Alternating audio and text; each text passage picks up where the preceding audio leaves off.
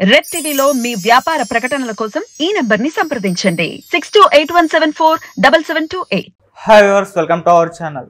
చంద్రబాబు గారు అండ్ పవన్ కళ్యాణ్ గారు ఇద్దరు కూడా ఢిల్లీ వెళ్ళడం జరిగింది. మరి బీజేపీతో పొత్తు ఏమైనా వర్కౌట్ అయ్యే అవకాశం ఉందా? అలాగే ఉమ్మడి మేనిఫెస్టో కూడా ప్రకటించే అవకాశం ఉంది అని అంటున్నారు తొందరలో. మరి అది ఎప్పుడు ప్రకటిస్తారు? మరి మొదటి విడత లిస్ట్ అయితే వీళ్ళు రిలీజ్ చేశారు 99 మంది అభ్యర్థులు. మరి రెండో లిస్టు ఎప్పుడు రిలీజ్ చేసే అవకాశం ఉంది? సో ఇటువంటి క్వశ్చన్స్కి ఆన్సర్ తెలియజేయడానికి ప్రజెంట్ మనతో పాటు సీనియర్ జర్నలిస్ట్ జయదేవ్ గారు ఉన్నారు. వారితో ఒకసారి డిస్కస్ చేద్దాం. సార్ నమస్కారం.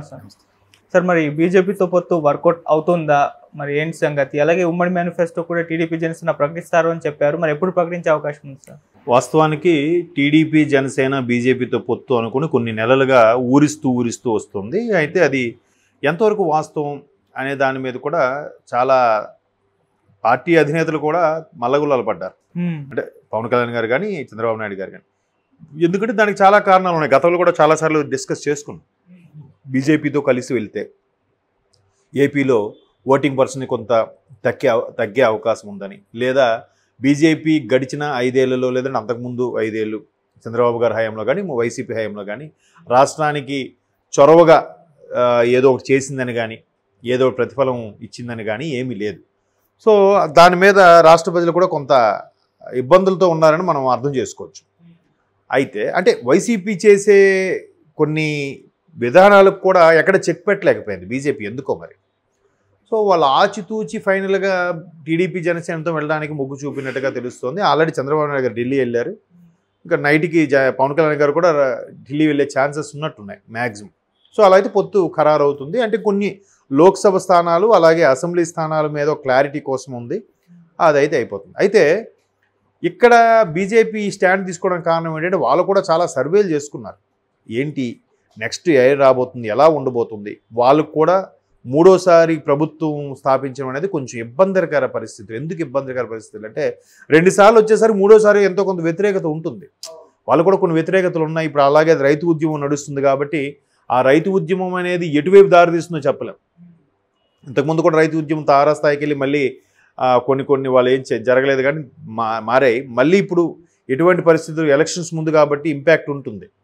సో వాళ్ళు కూడా 400 పైచీలకు బీజేపీ సీట్లతో కైవసం చేసుకోవాలని ఎన్డీఏ కూటమి భాగస్వామి కూటమితో ప్రభుత్వాన్ని స్థాపించాలని ప్రయత్నిస్తున్నప్పటికీ కొంత వ్యతిరేకత కారణంగా, సౌత్లో బలంగా లేని కారణంగా, ఇండియా కూటమిలో కొన్ని పార్టీలు వెళ్ళిపోవడం కారణంగా కూడా కొంత మైనస్ ఉన్నది.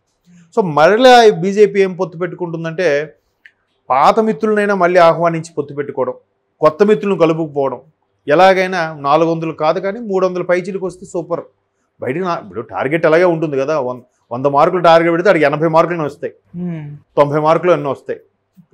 డిపెండ్స్ అపాన్ హార్డ్ వర్క్ బట్టి కూడా 100కు 100 అయితే రావు. సో ఇది కూడా 400 అన్నారంటే కనీసం 300 దాంటే మ్యాజిక్ ఫిగర్ దాటుతారు కదా. ఎన్డీఏ కూటమితో 300, 320 వచ్చినా కూడా సూపర్. సో అందుకు అలాగా ప్రభుత్వం ఆలోచిస్తుంది. దాంట్లో భాగంగానే బీజేపీ జనసేన టీడీపీ జనసేనతో పొత్తులో పెట్టుకుంటుంది. అయితే ఇప్పుడు చాలామందికి వచ్చిన డౌట్ ఏంటంటే టీడీపీ జనసేన బలంగా ఉన్నాయి, ఇప్పటికే సమన్వయ కమిటీలు ఉన్నాయి, వీళ్ళకే ఇంకా సీట్ల సర్దుబాటులో కొంతమందికి పొరపచ్చాలు వస్తున్నాయి, రెబల్స్ తయారైపోతారు ఎట్లా ఏంటి అనుకునే నేపథ్యంలో మొత్తానికి సమన్వయ కమిటీల ద్వారా బుజ్జగించి, లేదు ప్రభుత్వం వచ్చిన తర్వాత చూద్దాం, లేదా సెంట్రల్లో కూడా బీజేపీ వచ్చిన తర్వాత కొన్ని అక్కడతో టైఅప్తో ఉండాల్సిన కొన్ని ఇలాగ రకరకాలుగా కాంప్రమైజ్తో వెళ్తున్నారు. అయితే ఇప్పుడు టీడీపీ జనసేన ఉమ్మడి మేనిఫెస్టో ఒకటి రిలీజ్ చేయాలని చూస్తుంది. ఎలాగూ టీడీపీ ఆల్రెడీ 32 సంక్షేమ పథకాలతో గత ప్రభుత్వంలో కూడా ఉంది, ఇప్పుడు కూడా వాటిని ప్రత్యక్షంగానో పరోక్షంగానో కొన్ని అమలు చేసింది. బట్ దాని పూర్తి స్థాయిలో పబ్లిసిటీ లేదు. ఎందుకో మరి చేసుకోలేకపోతుంది. అంటే ఎలా అంటే ఇప్పుడు ఒక గ్రామానికి, ఒక గ్రామంలో 100 ఇళ్ళు ఉన్నాయి. ఆ 100 ఇళ్ళకు కూడా అమ్మఒడని, చేయూతనని, లేదంటే పెన్షన్ రూపంలో కానీ ఇట్లాగ ఇస్తున్నారు. ఇవన్నీ కలిపితే ఎంత అవుతున్నాయి? ఇప్పుడు అమ్మఒడి ఆ ఊర్లో 100 మందిలో ఎంతమందికి రావచ్చు? 50 మందికి రావచ్చు అనుకుందాం. 50 మందికి ఒక్కొక్కరికి 15,000 ఎంతో వేస్తున్నారు. అలా కాక టీడీపీ హయాంలో ఏముండదు, ఆ ఊర్లో 100 మందిలో ఎంతమంది ఐరన్ చేసుకుని బతుకుతున్నారు, వాళ్ళకి ఇస్త్రీ పెట్లు. ఒక్కొక్క ఆడపిల్లలు స్కూల్కి పక్క ఊర్లకి వెళ్ళే వాళ్ళు ఎంతమంది ఉన్నారు, వాళ్ళకి అందరికీ సైకిళ్ళు. ఎవరెవరు రైతులు నీటి ఎద్దడికి భయపడి చేస్తున్నారో వాళ్ళకి మోటార్లు. మీకు అర్థమవుతుందా? వాటితో పాటు వితంతు పెన్షను, వృద్ధాప్య పెన్షన్ ఇవన్నీ ఎలాగూ ఉన్నాయి. సో వీటితో పాటు అవి ఇస్తుంటే ఏమవుతుంది, ఈ లెక్క ఇంకెక్కువైందిగా, ఈ సంక్షేమ పథకం ఎక్కువైంది కదా, మరి అది జగన్మోహన్ రెడ్డి గారితో కన్నా ఎక్కువ ఉంది కదా, లబ్ధి చేకూరుతుంది కదా. సో అలాంటివి బాగా ఎక్స్ప్రెస్ చేయాలన్న అభిప్రాయం. అయితే అట్లా జరుగుతుంది. మొత్తం మీద ఒక 32 పథకాలు లాంటివి ఏవో సూచించారు. జనసేన కూడా దగ్గర దగ్గర 10-15 రెడీ చేసుకుందంట. అయితే ఆల్రెడీ అన్ని వర్గాల వారికి, అన్ని రకాల జాతులు, సామాజిక వర్గాల వారికి కూడా లబ్ధి చేకూరేలాగా వీళ్ళన్ని పథకాలు పెడితే, జనసేన వాళ్ళు ఆల్రెడీ వాళ్ళు ఒక 10-15 పథకాలు, మెయిన్ వాళ్ళు యూత్కి ఎలా నష్టపోయారు, అభివృద్ధి పరంగా అట్లాంటి కొన్ని పెట్టినప్పుడు టీడీపీ ఆల్మోస్ట్ వాళ్ళు వీళ్ళు చెప్పిన దాంట్లో కొన్ని కవర్ చేసేసింది. సో ఇంకొక 5-6 జనసేన తీసుకొచ్చి అందులో పెట్టాలని చూస్తున్నారు. ఇప్పుడు బీజేపీది ఏంటి మేనిఫెస్టో? మరి ఇది ఒక ప్రశ్న కదా. TDP Janasena manifesto BJP manifesto ఏంటి? సెంట్రల్లో ఎలాగో అంటే అన్ని రాష్ట్రాలకు బీజేపీ కాకుండా బీజేపీ పరిపాలన లేని రాష్ట్రాలకు కూడా బీజేపీ పథకాలు వర్తిస్తాయి. ఎందుకంటే కేంద్రంలో భాగం ఇవన్నీ కూడా రాష్ట్రాలు.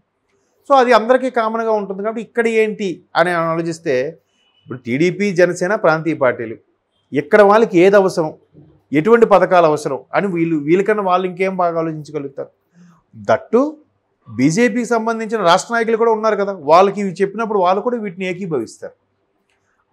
పథకాల పేర్లు వేరే ఉండొచ్చేమో, బట్ వాటికి సిమిలర్గా లబ్ధి చేకూరే విధానం ఏదైతే ఉందో దాని నుంచి, ఆ మార్పు నుంచి ఎక్కడికి బయటికి పోదు. కాబట్టి టీడీపీ జనసేన ఉమ్మడిగా మేనిఫెస్టో రిలీజ్ చేయాలని ప్లాన్ చేస్తారు. అన్నీ అనుకున్నట్టు జరిగితే రేపు 17వ తేదీన చిలకలూరుపేటలో భారీ బహిరంగ సభకి, ఇందాక మన ప్రెస్ మీట్ కూడా చూసాం, అచ్చెన్నాయుడు గారు, టీడీపీ రాష్ట్ర అధ్యక్షులు అచ్చెన్నాయుడు గారు, అలాగే మన జనసేనకి ప్రధాన కార్యదర్శి మన నాదెండ్ల మనోహర్ గారు, ఇద్దరు ఒకే వేదిక మీద నిలబడి కూర్చొని మాట్లాడటం. సో ఇట్లా పథకాలు వేటి ఉన్నాయి, కామన్ మేనిఫెస్టో రిలీజ్ చేయడం. ఎట్లాగైనా మరలా అచ్చెన్నాయుడు గారు కూడా అదే చెప్పారు, ప్రభుత్వ వ్యతిరేక విధానాన్ని ఏదైతే ఉన్నామో దానికి సంబంధించి మేము ఒకటై పోటీ చేయాలనుకుంటున్నాం, దీంట్లో వేరే ఉద్దేశం ఏమీ లేదు, రాష్ట్ర భవిష్యత్తు కోసమే ఈ రెండు పార్టీలు కలిశాయి, అది గుర్తుంచుకోవాలి అని ప్రతి సభలో కూడా అది చెప్పడం జరుగుతుంది. ఎందుకంటే వైసీపీ వాళ్ళు ఎక్కడ రెండింటిని విడగొట్టాలని ప్రయత్నిస్తున్నారనే దాన్ని కూడా వెంటనే నాదెండ్ల మనోహర్ కూడా అదే మాట్లాడారు. వైసీపీ వాళ్ళు విశ్వ ప్రయత్నాలు చేస్తున్నారు టీడీపీ జనసేన అలయన్స్ని విడగొట్టడానికి, లేనిపోని అపోహలు సృష్టించి మాలో మాకు ఎన్ని సీట్లు ఇస్తారు, ఎన్ని చేస్తారు, మీకెన్ని వస్తాయి అన్నట్టుగా రెచ్చగొడుతున్నారు. అలాగే జన సైనికుల్ని, పవన్ కళ్యాణ్ గారి బాడీగార్డ్గా ఉండే వాళ్ళని కూడా అవమానపరిచేలాగా పోలీసులు కూడా పెత్తనం చెలాయిస్తున్నారు. వీటన్నిటిని దృష్టిలో పెట్టుకొని మేము ఖచ్చితంగా కలిసే పోటీ చేస్తాం, కలిసి మేనిఫెస్టో కూడా రిలీజ్ చేయబోతామని అనౌన్స్ చేశారు. సో మొత్తం మీద వీళ్ళ తాపత్రయం కూడా ఏంటంటే, రేపు పొద్దున మళ్ళీ బీజేపీ కానీ వస్తే రాష్ట్ర ప్రయోజనాల కోసం కంపల్సరీగా కాంప్రమైజ్ అవ్వాలి కదా. కాంప్రమైజ్ అయ్యారు అయితేనే ఆ బాబు లాస్ట్ టైం ఇలాగే మీరు మాకు మొండి చేయి ఇచ్చారు, అందుకే మేము బయటకు వచ్చేసాం, ఇప్పుడు మళ్ళీ మీరు ఇలా చేస్తే నెక్స్ట్ మీ పార్టీ భవిష్యత్తుకు కూడా మనుగడకు కష్టమే. కానీ ఏదో ఒకటి ఒక ఒప్పందం, బీజేపీ ఏం పెట్టుకుంది, టీడీపీ ఏం పెట్టుకుంది, బీజేపీతో పొత్తు పెట్టుకుంటే టీడీపీకి ఎంతవరకు లాభం, లేదా టీడీపీని కలుపుకుంటే బీజేపీకి ఎంతకు లాభం, అలా కూడా ఉంటుంది. ఒకవేళ బీజేపీ ఆ రైతు ఉద్యమం వల్ల ఏమైనా ఇబ్బందులు పడి కొంత సీటింగ్ తగ్గితే ఖచ్చితంగా ఎన్డీఏ కూటమిలో ఉన్న వాళ్ళు అవసరమే. నేనైతే ఏమనుకుంటానంటే, ఒక విధంగా టీడీపీ జనసేన అలయన్స్తోనే ఎన్డీఏ కూటమి ఏర్పడితే, అక్కడ బీజేపీ ప్రభుత్వం ఏర్పడితేనే మంచిదని నా అభిప్రాయం. ఎందుకంటే ప్రభుత్వంలో భాగస్వామ్యం అయితే రేపు పొద్దున ప్రభుత్వం కావాల్సిన ఏవైనా కూడా వీళ్ళు స్వేచ్ఛగా అడుగుతారు, వాళ్ళు కూడా మన భాగస్వామ్యం కూటమి వీళ్ళు వెళ్ళిపోతే మనకు నష్టమే అనుకొని వాళ్ళు కూడా ఇవ్వడానికి మక్కువ చూపిస్తారు. సో ఇదంతా ఆలోచించే ఒక సర్వే చేసుకునే అలయన్స్ అయ్యే అవకాశాలు ఉన్నట్టున్నాయి. అండ్ మోర్ ఓవర్ ఉమ్మడి మేనిఫెస్టో రిలీజ్ చేస్తారు, మెయిన్ టీడీపీ జనసేన. ఎందుకంటే ఈ రెండు ప్రాంతీయ పార్టీలకు కూడా ఇక్కడ ఏది అవసరం, ఇక్కడ మనిషి మెంటాలిటీ ఏంటి, ఇక్కడ తెలుగువారికి ఎట్లా ఉంటే బాగుంటుంది అనుకోండి, వీళ్ళకన్నా ఇంకా బీజేపీ వాళ్ళకి ఏం తెలుస్తుంది. బీజేపీ రాష్ట్ర పెద్దలకు తెలియచ్చు, అధిష్టానంలో బీజేపీ వాళ్ళకి అంత తెలియదుగా, ఇక్కడ రాష్ట్ర పెద్దలు సూచిస్తేనే తెలుస్తుంది.